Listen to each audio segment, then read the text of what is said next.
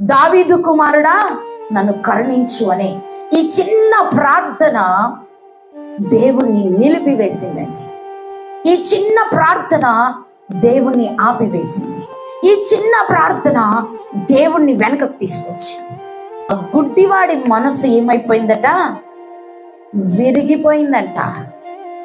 వాడి హృదయం ఏమైపోయిందట? విరిగిపోయిందట. Broken heart అని ఉంటుంది. పలిగిపోయిన హృదయం, కప్పు పలిగిపోయినట్టు వాడి హృదయము పగిలిపోయిందంట. ఆ పగిలిపోయిన హృదయములో నుంచి నన్ను కరుణించు అనే మాట దేవునికి వినబడుతుంది.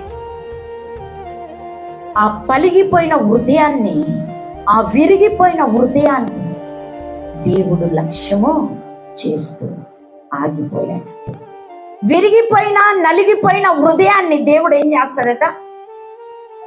ఆలస్యం చేయడట దానికి జవాబు ఇవ్వడానికి.